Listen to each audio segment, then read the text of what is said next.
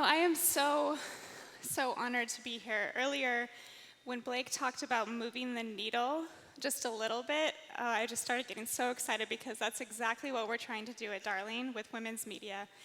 And so today, I want to take you on a journey. And first, I want to talk about the problem with media that I see right now. Second, what is Darling's mission as a solution to that? And third, what is the new social movement that we can be a part of as women and men? And so again, as Jeff said, men, please don't check out. I know the word darling is tempting, but feminine empowerment is not just a conversation for women, it's also a conversation for men. So first, I want to start with this.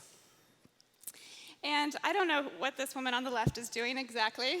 Apparently, she's dancing for her husband as he comes home after work to make dinner. And then on the right, I'm not sure what this girl is exactly doing either. So here we have, this is May 1955, a Cosmopolitan, and a recent Cosmopolitan. And so for me, I don't really want to be either of these women. Like, I don't know about you women out there, but the woman on the left, she looks very interesting. The woman on the right is photoshopped, over-sexualized, and especially the messaging on there, get it, girl, and hot sex tonight, 24 moves to unleash your inner bad girl. Wow. And so I think that in media today, we have a problem. Glamour magazine did a study in 2013 that said 80% of women feel bad when they look in the mirror. The Kinsey Institute did a study that said that US women have the highest negative body image of any other culture studied. And that women, when they answered the survey, said they blame their unhappiness solely on their bodies.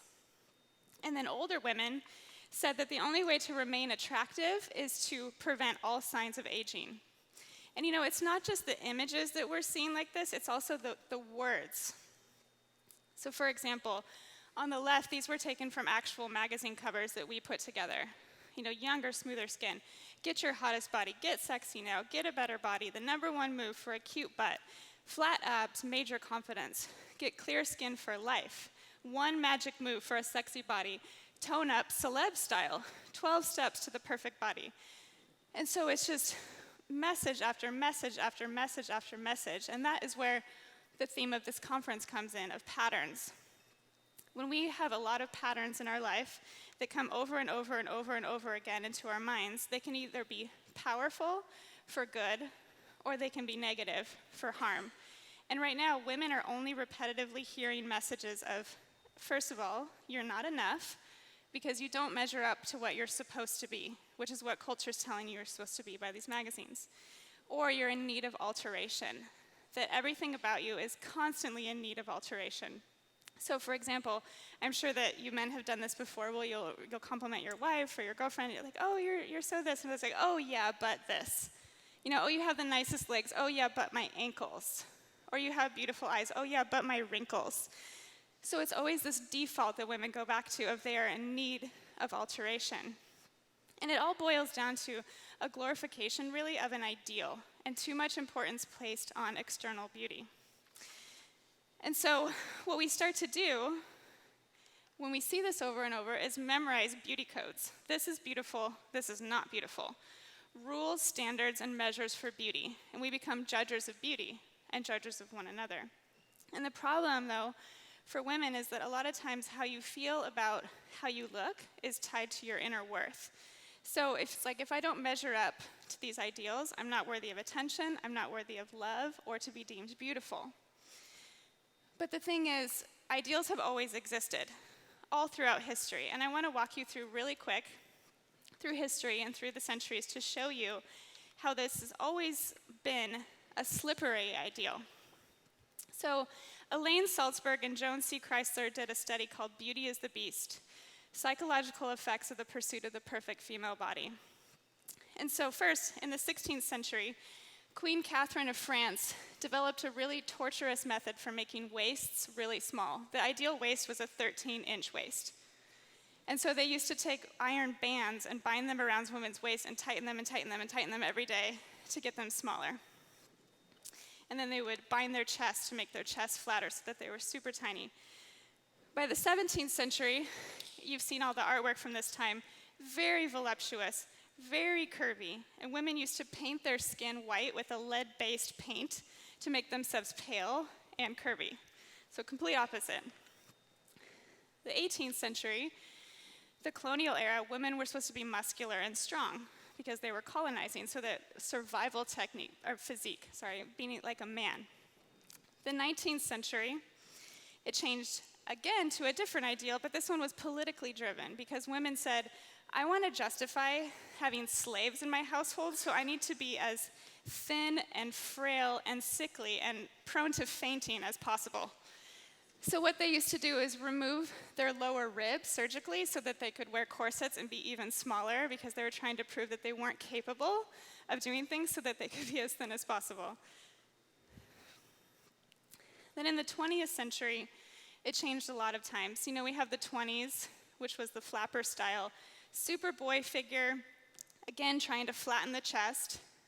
The 40s, World War II comes along. Women are supposed to be strong and tough and work in factories. The 50s, the baby boom era, women are supposed to be womanly, curvy, ample, have an hourglass figure, think Marilyn Monroe. Then we go to the 60s and it totally flip-flops again. All I have to say is the word Twiggy, and you know who I'm talking about. The 70s, take Twiggy and add being tan and sensuous, super long hair. The 80s and 90s, combine those all, being really slim, really tan, but also really muscular. We all remember the workout videos of the 80s. And then in the 21st century, never before have so many ideals been melted together into this melting pot that is completely unattainable for women. So, we're supposed to have really petite features on our face, but have really big lips and really strong eyebrows. That's what's in fashion right now. Have a boy figure of a girl on the catwalk, but also be really curvy. Be voluptuous in all the right places, and also be a sex goddess at all times. Have flawless skin, flawless hair, flawless teeth, be perfect, and be photoshopped. So that's where we're at right now. And for me, I really think that we need a new ideal. Which brings me to Darlene's mission. You know, our starting point for Darlene was that a flaw is not a flaw unless it's measured against an ideal. I'll say it again. A flaw is not a flaw unless it's measured against an ideal. So for example, if you have, a perfect glass of water and then you have a broken glass, it's not ideal. You have a straight seam on a pant leg, you have a crooked seam. But the problem with those things is that they can't be measured because they're being measured against objects. And so the problem is that women have become objects, and they have this one ideal that we're constantly being measured against, but that can't happen because we're humans. And so I just want to be vulnerable with you for a minute about my personal story and how I came to this conclusion. And I used to really, really struggle with depression and anxiety, so bad that it was paralyzing to me. I ended up in several different rehab centers. I was suicidal. I didn't know why I should live anymore. I was at the darkest, darkest, darkest place in my life. And in the time, I was working as a model and an actress in Los Angeles. And, the ideal in that situation is that every model at an agency that you sign with has to fit a certain set of measurements. And I remember walking in one day to visit my agent, because they make you do that, just to see how you look and to check up on you to see how perfect you're being. And I got an email later that day that said, we noticed that maybe you gained like a ½ inch on your thigh. Can you work on that? And I was so taken aback by it, I didn't know what to say, so I wrote back, I think that my pants fit just great, and so I'm fine, thanks. And I was just starting to get at the end of that, but the main point that I learned in that is that our external bodies will never, ever equal happiness, no matter how close we move to an ideal. Because I was in the middle of that. I fit this so-called ideal that these modeling agencies had at the time, and I was so unhappy on the inside, it didn't matter because it's the internal dialogue that's going on with women. It doesn't matter. All the women on TV, in magazines, and movies doesn't necessarily mean that they're happy and that they're content.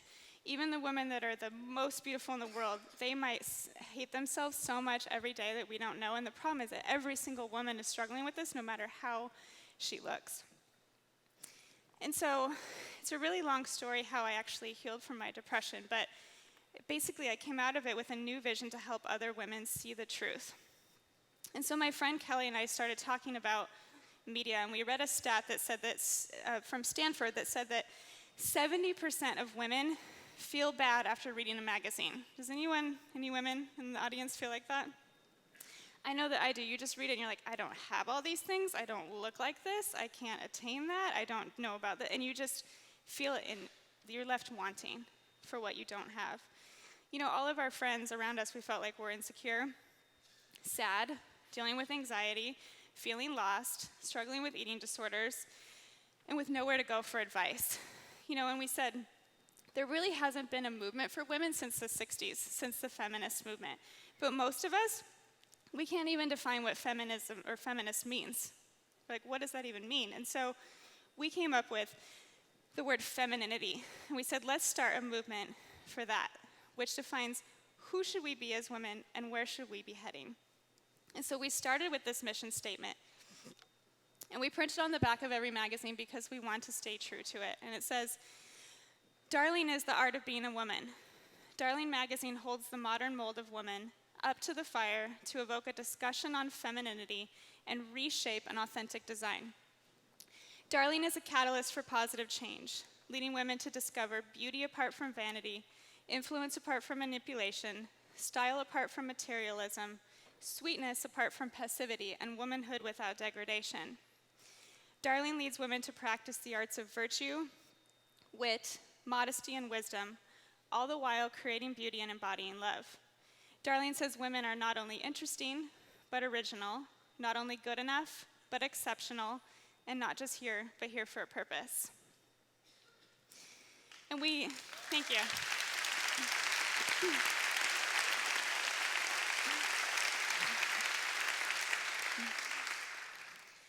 Thank you.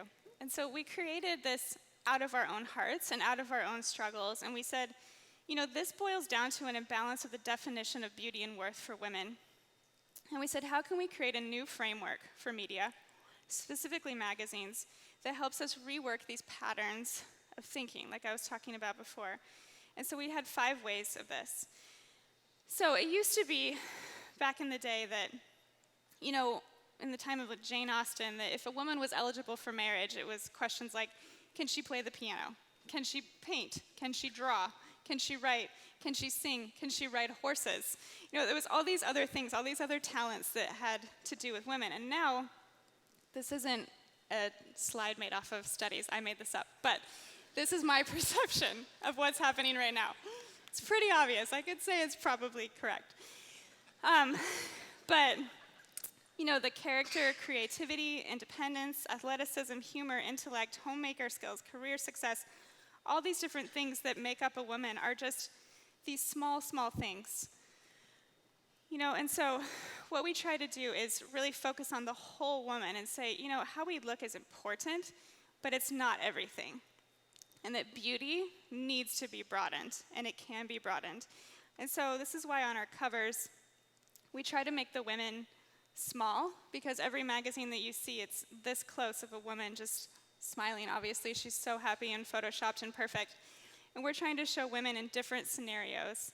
And she always has a prop of some kind in her hand that represents something that is talked about inside of the magazine.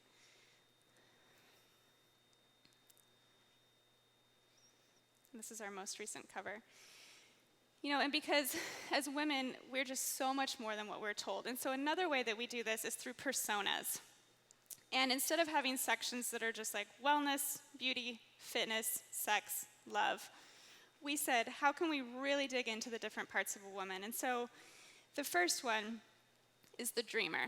And this is where we talk about, you know, psychology, what goes on in our mind, depression, anxiety, what's going on in our heart, where does our identity lie, and our creativity. What are we doing with our hands? Are we working to make the world a better place? The achiever, you know, what is our purpose? What are we leading? Who are we leading in our community? And what is our legacy that we're leaving? How can we focus on that versus on the size of our jeans? The hostess, hospitality in our home, creating community and creating connections with those around us. the intellectual, our intelligence, reading, knowing about things, cultural awareness, social movements, knowing what they are and being a part of them, being an active member of society. The stylist. This is where we talk about body image and style and class. What does modesty look like while being beautiful at the same time? What does it look like to have clothes but not be materialistic? The confidant. Relationships, our relationships with other people. What is our personal character? How is that character developing? And how is our communication with others? How are we loving others? Do we have healthy communication with those in our lives? The beautician focuses on self-esteem, holistic health, and redefining beauty.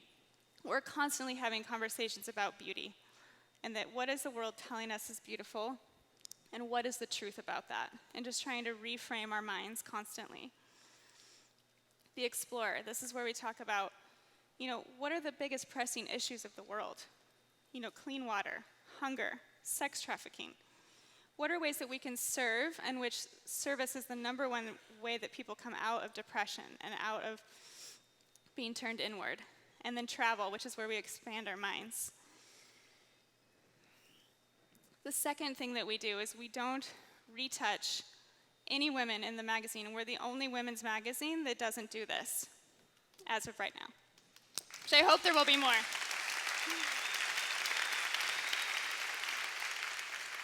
And so basically this means, you can fix the exposure of a photo if it's too dark, but you don't touch the woman's skin or her body at all. And so much of that is happening right now that it's absolutely just unbelievable. You saw Caitlin's talk earlier about how they put her head on a different body.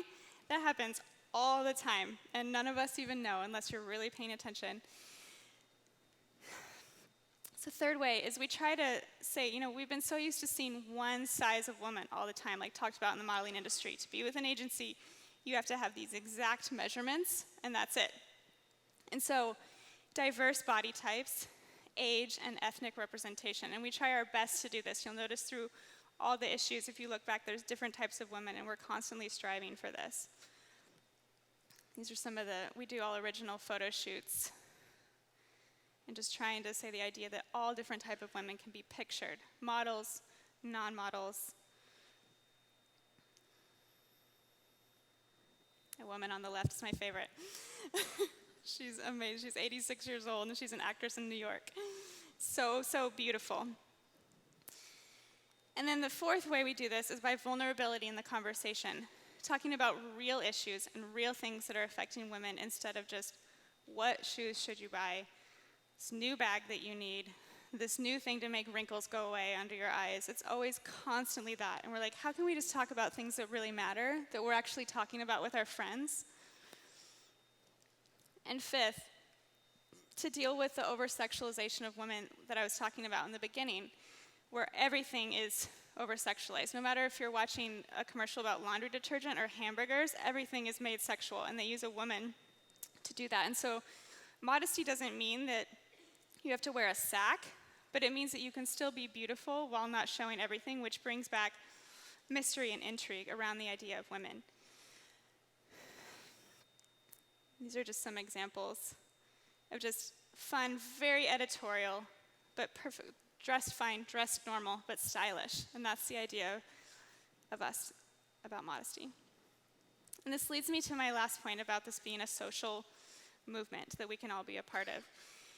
Leo Tolstoy said, "It is amazing how complete is the delusion that beauty is goodness."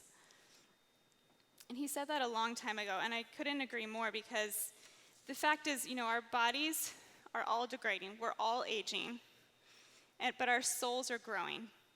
And so we must work on our character, our integrity, our legacy, and all the things inside of us that I'm talking about, all the things that make us a whole person.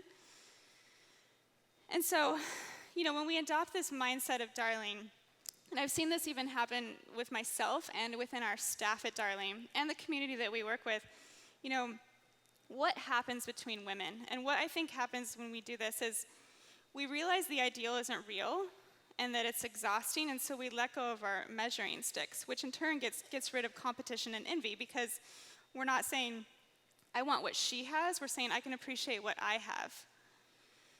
And that in turn goes to us being able to love wider and deeper because we see one another for more than just an external thing that we need to compete with, which in turn makes us be on the same team for once. Where I feel like most magazines and most media is just forcing us to just be so jealous and so wanting of these things that we don't have. But also in the conversation are men, because the women presented to men are these plastic photoshopped women, and when you realize what they are, I'm hoping that they'll become more like aliens. They'll be like, what? That's not a real woman. That's so plastic. That's so photoshopped. And then secondly, it can broaden the idea of beauty. The ingredients for attraction, that beauty is character and, the passion of a woman and her strength and her intellect and her purpose and not just how she looks, which is what media portrays and teaches us to value. And then again, the modesty and taking down the over-sexualization of women brings back that intrigue and that mystery of a woman where it's more about the chase and it's more about the whole person. And so today I just want to leave you with a challenge. These are 3 questions. I think that a lot of this is a lot to take in, and you need to go home and think about it because sometimes we're just so brainwashed by things that we don't even realize it. But next time you see a magazine cover, I guarantee you'll think about it. And so the first one is, what influences your personal ideal of beauty? So first asking yourself, what do I think is beautiful and not beautiful, even about myself? You can even write down what you don't like about your body and what you do like. And then how does that affect the worth that you ascribe to others or to yourself? So therefore, because I'm not happy with these things, what am I telling myself about myself? And the way that you look at others too. And then what does your language say about beauty? Second question. Do we talk with dignity about our bodies, or are we constantly in the dressing room being like, oh, I just can't wear stuff like this. Oh, my body this, and my legs are too short, and I'm too short, and my arms are too fat, and my neckline, I can't wear that. I can't wear that color. I can't do this. I can't do that. And then the way we talk about other women, too. I'm ashamed of the things that I see, and I don't know what women are saying this, and I'm not accusing anyone here of this, but if you look on some bloggers or some YouTubers' channels that you follow, just the slanderous comments about people. Anyone, oh my gosh, it looks like she gained 10 pounds. Oh, she's so ugly in that outfit. What comes out of our mouth about other women is so important. If we're going to be on the same team and create a positive movement for women, we have to watch what comes out of our mouths. And lastly, what media do you vote for? So every click, every view, every share in regards to media catapults things forward. It creates ratings, it supports magazines, it helps businesses thrive. And so if things are degrading to women, if things are horrible and retouched, stop supporting them. If fashion bloggers are upsetting you for certain reasons, you're finding yourself just irritated at them or what they have, or you're jealous, or just stop voting for it. And joining movements like Darling, using Darling as a study guide, talking your daughters through its principles, getting women together to talk about the articles or the questions in it, and then letting that catapult you into having your own conversations. Because I think it all comes back to patterns.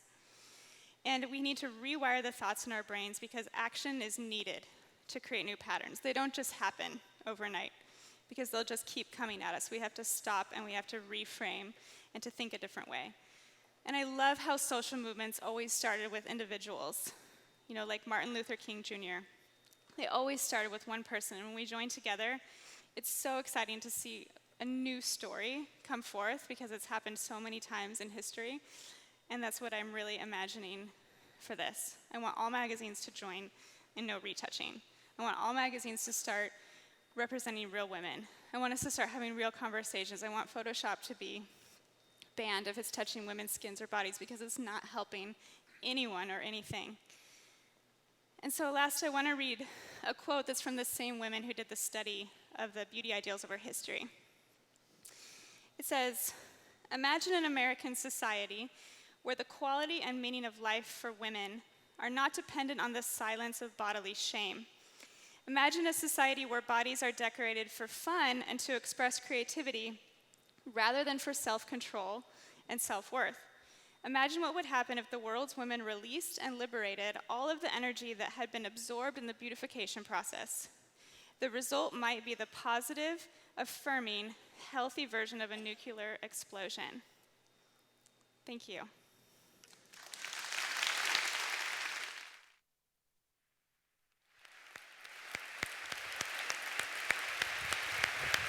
Fantastic. Good job. That was awesome.